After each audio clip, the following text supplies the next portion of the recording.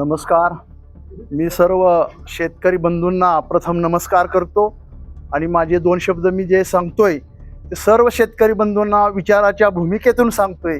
आणि जे आमचे सोसायटीचे सभासद असतील त्यांनी सगळ्यांनी या गोष्टीचा विचार करूनच आमच्या छत्री या चिन्हावर मतदान करायचं आहे. मी प्रथमतः मी या गावचा उपसरपंच श्री संजय दादा माने, यशवंतराव कृष्णराव माने यांच्या अध्यक्षपदाखाली बाळासाहेबांच्या नेतृत्वाखाली मी या गावचं 30-35 वर्ष नेतृत्व मला बाळासाहेबांच्या माध्यमातून या ठिकाणी मला दिलेलं आहे. आणि मी ते चांगल्या पद्धतीनं जे बी काम दिले होतं माझं ते मी चांगल्या पद्धतीनं काम करत आलो आहोत आणि यापुढेही करत राहीन. या संघर्षमय वातावरणामध्ये आज जी सोसायटी लागली, या सोसायटीला सांगायचा उद्देश होता की ह्याला 1.5 वर्ष बाकी होती. पण सोसायटी कशासाठी लागली? सोसायटीचं लागण्याचं कारण लोकांनी हे जे फिरणारे जे दुसऱ्या पार्टीचे सभासद आहेत आता त्यांना विचारा की सोसायटी कशासाठी लावली आणि का लावली. सोसायटीचा प्रोग्राम हा शेतकऱ्यांच्या हितासाठी असतो.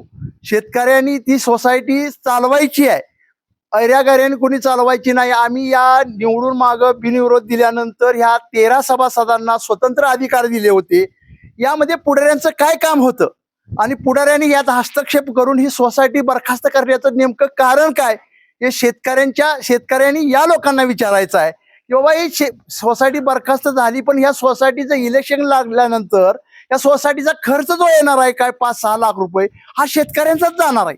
आणि शेतकऱ्यांनी जो आता निर्णय घ्याल तो आम्हाला मान्य आहे. मी लोकांना आव्हान करतो की लोकांनी, मी सांगतो आहे की ज्या जन्माला आल्यापासून सोसायटी यांच्याकडेच आहे.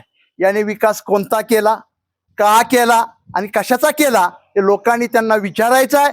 जी आम्ही सर्वसाधारणतः 22-18 साली मी उपसरपंच होतो, अंगराज पाटलांची मंडळी सरपंच होते आणि या सरपंच पदाच्या काळामध्ये मला दहिवडीकर सचिव होते, तानाजीराव चेअरमन त्या सोसायटीमध्ये त्यांचे होते. या सर्व मंडळींनी मला एका शब्दात सांगितलं की आम्हाला गोडवानासाठी जागा पाहिजे. न भूमिका घेता मी अंगराज पाटला आणि आम्ही दोघांनी इतका सुपर विचार करून आम्ही त्या सोसायटीला कसल्याही विचाराची गोष्ट आम्ही न करता सोसायटीच्या गोडवानला जागा दिली. अत्यंत उत्तम पद्धतीचं गोडवान बांधलं.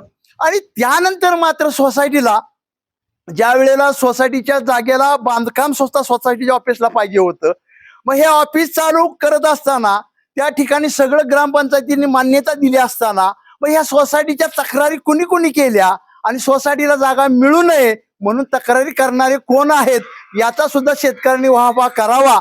आणि या सोसायटीमध्ये आता विकासाची भूमिका म्हणून आपण सोसायटी 30 कोटी रुपयाकडे आपल्या सोसायटीची वाटचाल सध्या चालू आहे, शेतकऱ्यांची वाटचाल चालू आहे. आणि या ठिकाणी आपल्याला शेतकऱ्यांच्या हिताचे असणारे सर्व खत असतील, अवजारे असतील, त्या ठिकाणी औषध असतील, आपल्याला पेट्रोल पंपाचा एक निर्धार व्यवसाय घ्यावा लागेल, कारण अशा मोठ्या सोसायटीला एखादा पेट्रोल पंप सरकार द्यायला तयार आहे.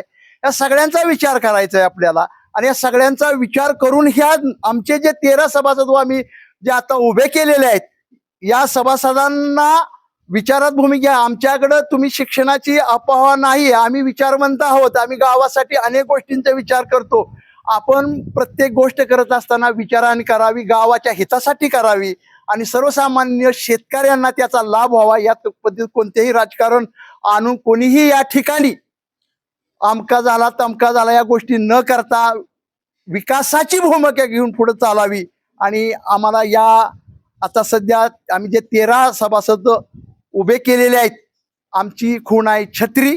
या छत्रीला प्रचंड बहुमताने शेतकऱ्यांनी विकासाच्या भूमिकेवर मत द्यावं एवढीच सर्वांना माझे हात जोडून नम्र विनंती आहे. जय हिंद, जय महाराष्ट्र. अशाच नवनवीन अपडेटसाठी आमच्या खबर गावाकडची या चॅनेलला सबस्क्राईब करा. आमचे व्हिडिओ लाईक करा आणि शेअर करा. धन्यवाद.